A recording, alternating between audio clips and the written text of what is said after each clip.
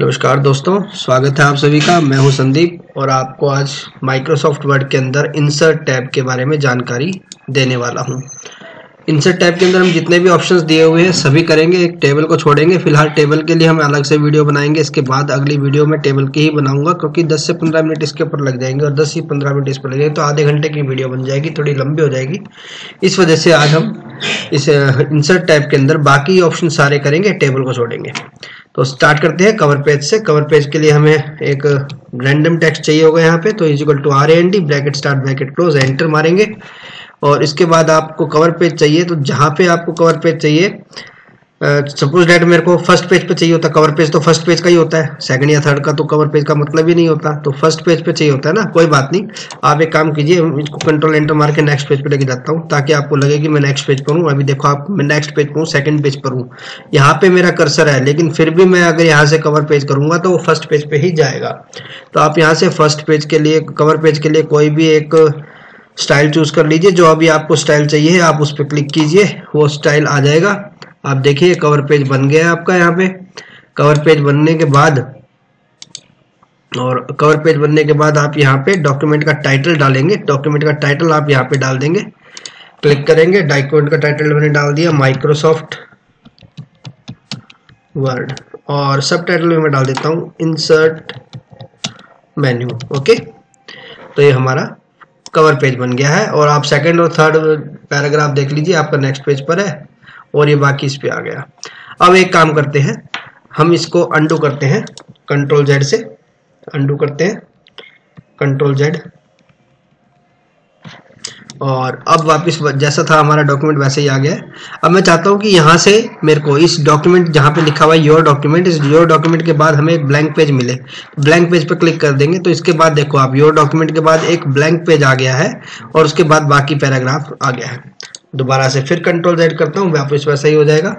लेकिन अगर आपको ब्लैंक पेज नहीं चाहिए, खाली पेज ब्रेक करना है, तो आप यहाँ पे क्लिक करके पेज ब्रेक कर देंगे तो पेज ब्रेक हो जाएगा। आप देखेंगे कि एक पेज ब्रेक हो गया है। फर्स्ट पैराग्राफ आपका यहाँ पे है और सेकंड पैराग्राफ जो है आपका नेक्स्ट पेज पर है।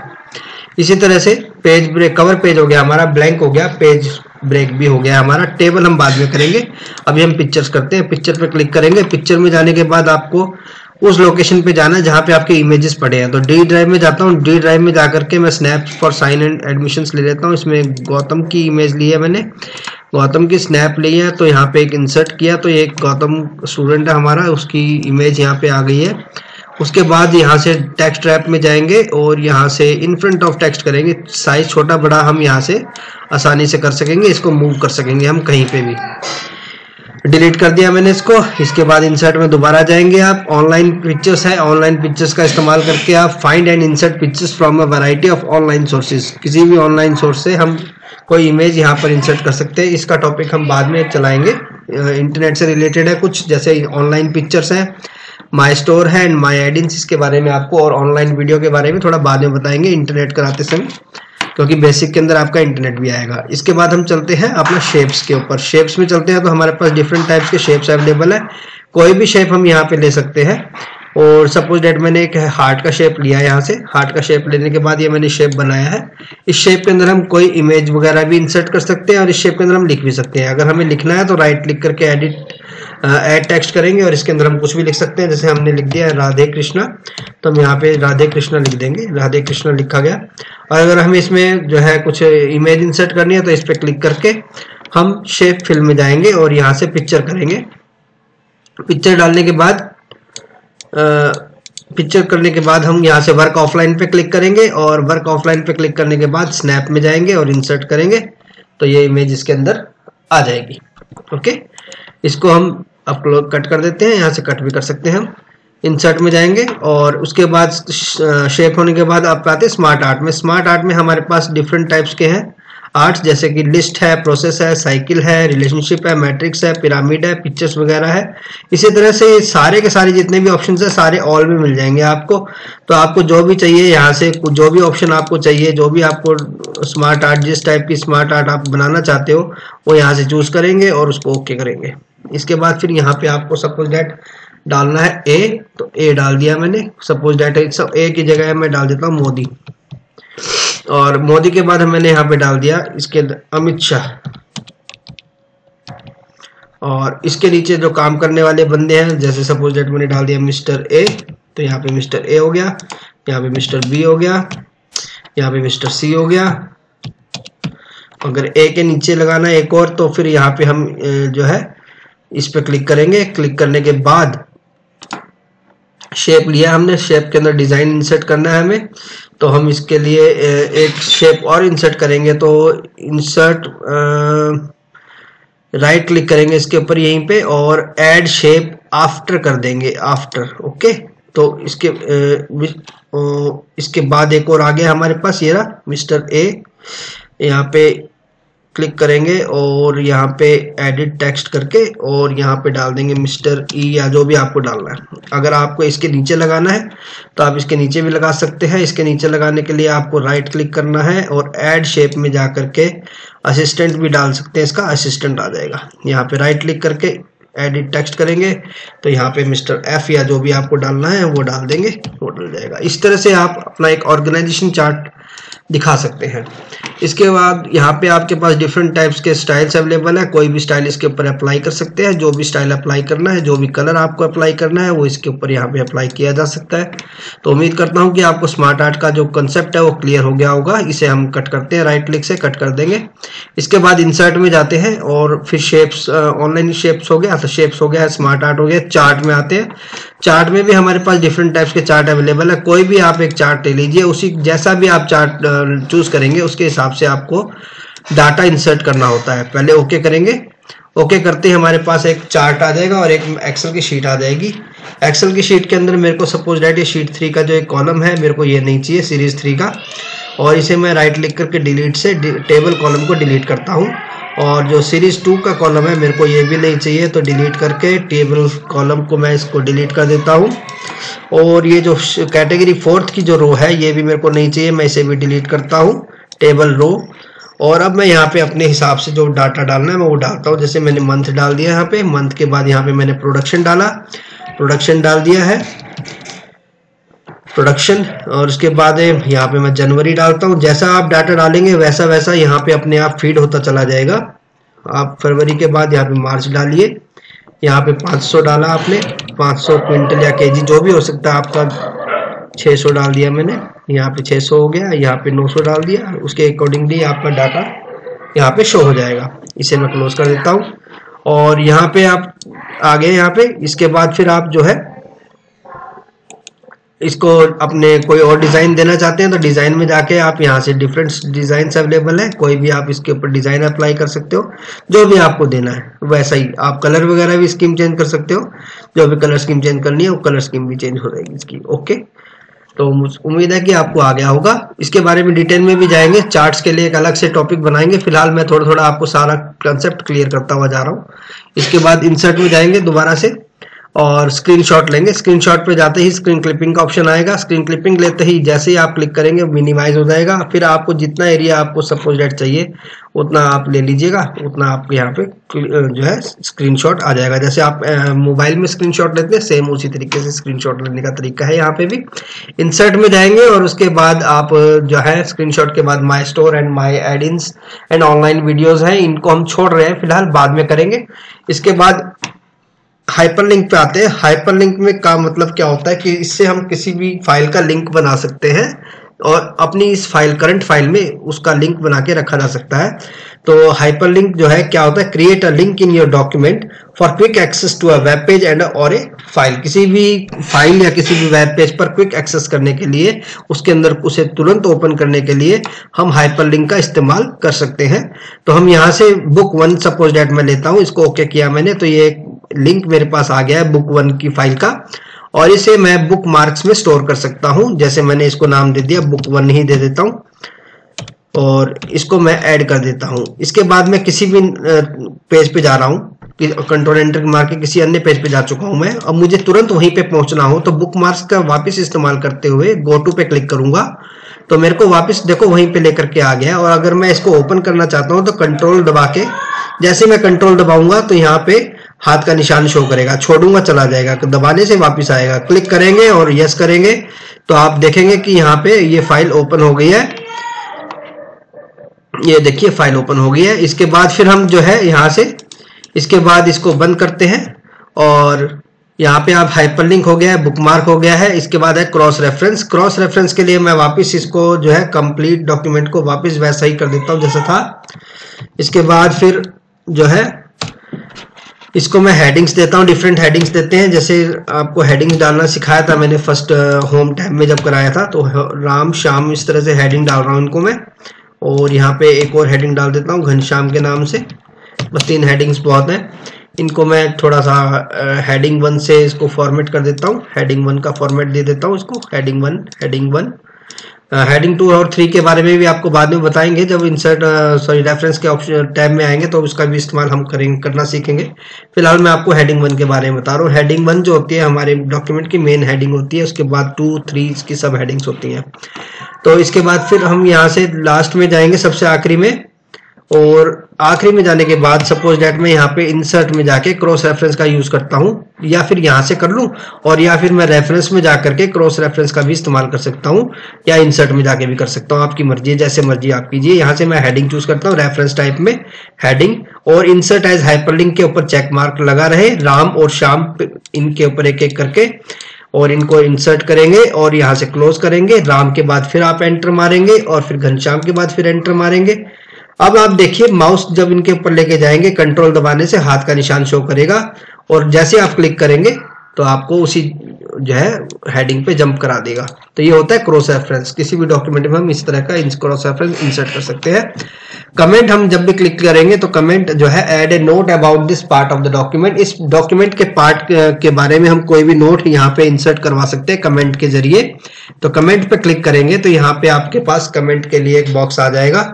यहाँ पे आप इस बॉक्स डॉक्यूमेंट के बारे में जो भी कमेंट वगैरह इंसर्ट करना चाहते हैं वो आप टाइप कर देंगे यहाँ पे। इसके बाद अगर आप इस कमेंट को छुपाना चाहते हैं तो रिव्यू में आपके पास शो मार्कअप के अंदर कमेंट्स का ऑप्शन होता है, यहाँ से छुप जाएगी, यहीं से वापस भी आ जाएगी। और अगर आपको डिलीट करनी हो तो आप यहाँ से डिलीट कमेंट कर सकते हैं। इसके बाद वापस चलते हैं इंसर्ट के अंदर, और अब हम हेडर और फुटर के बारे में जानते हैं। हेडर का मतलब होता है हेडिंग।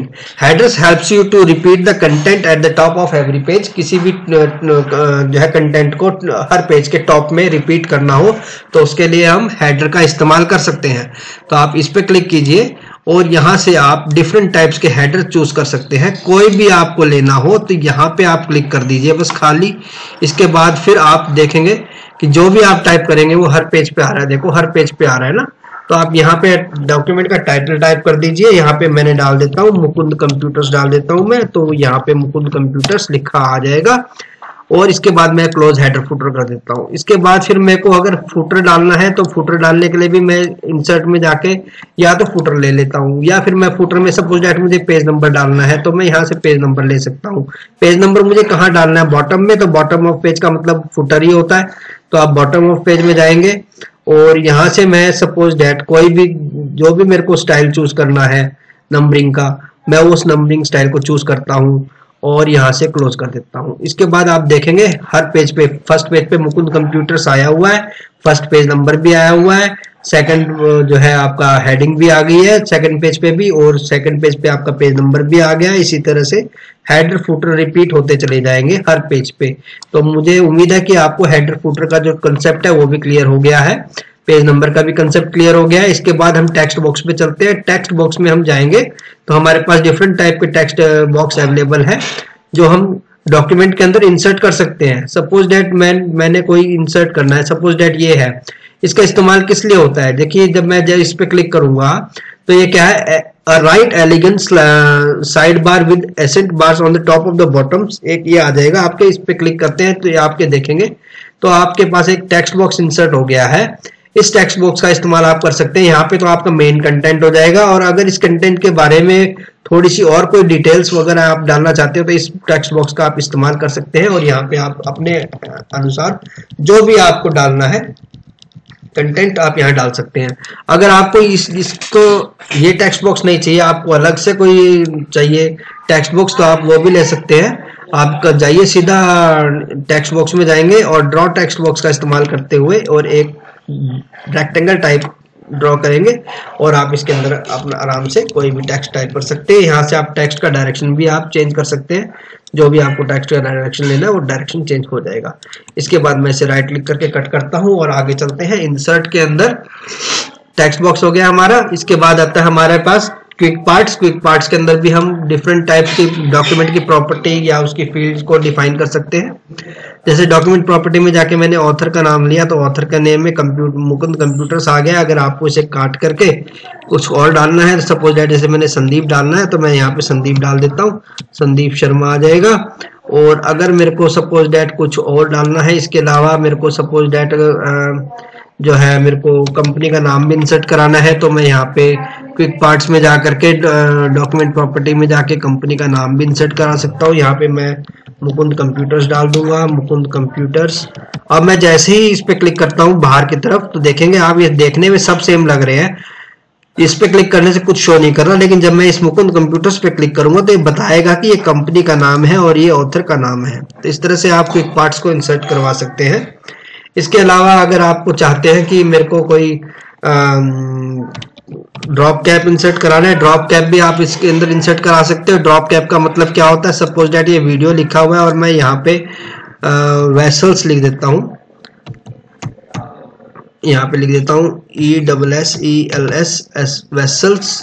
और मैं चाहता हूँ कि ये वी जो है वीडियो का वी जो है सेकंड लाइन के लिए भी काम करे, तो इसके लिए मैं ड्रॉप कैप का इस्तेमाल करूंगा। जैसे आपने इंग्लिश के न्यूज़पेपर में देखा होगा, मैगजीन्स में देखा होगा, कोई पहला पेज जो होता है उसका, उसमें जो पहला लेटर होता है वो थोड़ा बड़ा होता है, उस तरीके से हमें यहाँ पे डिस्प्ले कराना है। तो हमारे पास दो तरीके हैं, एक तो है ड्रॉप्ड। ड्रॉप्ड के अंदर क्या होगा कि जितनी इस वी की हाइट है उस वी की हाइट तक के जो लाइनें होंगी वो तो बिल्कुल वी के राइट साइड में डिस्प्ले होंगी और बाकी की जो लाइनें हैं वो वी के जस्ट नीचे डिस्प्ले होंगी।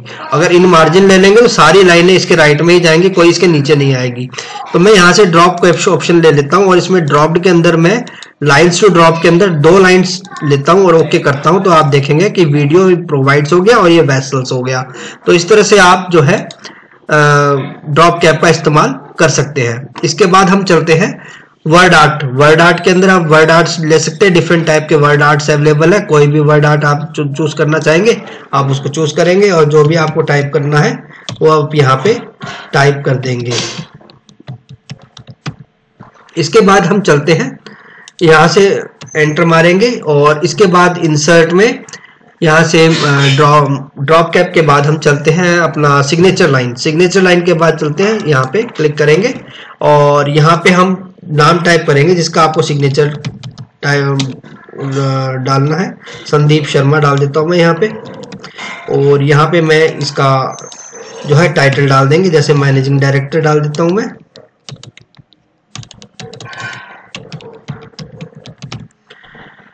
और उसके बाद हम इसको ओके करेंगे।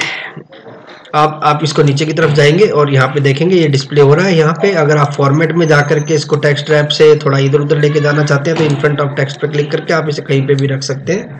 और जब आप इसका प्रिंट निकालेंगे, प्रिंट निकालने के बाद आप इसको यहाँ पे कहीं पे भी सिग्नेचर का इस्तेमाल कर सकेंगे।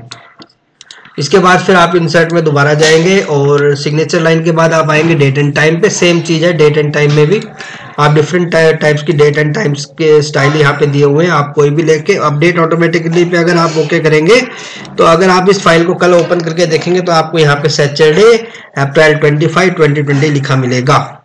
ये इसका काम होता है। इसको हम जो है इसको वापस हम यहीं पे आते हैं, अपना बैक करते हैं वापस और चलते हैं अपना।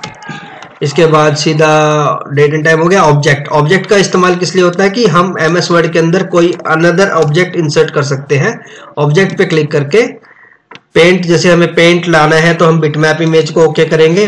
अगर हमें वर्ड चाहिए तो हम वर्ड पे ओके करेंगे। एक्सेल चाहिए तो एक्सेल। मैंने पेंट ले लिया, ओके किया मैंने, तो आप देखेंगे यहाँ पे पेंट आ गया है, पेंट आ जाएगा और ये देखिए पेंट आ गया है।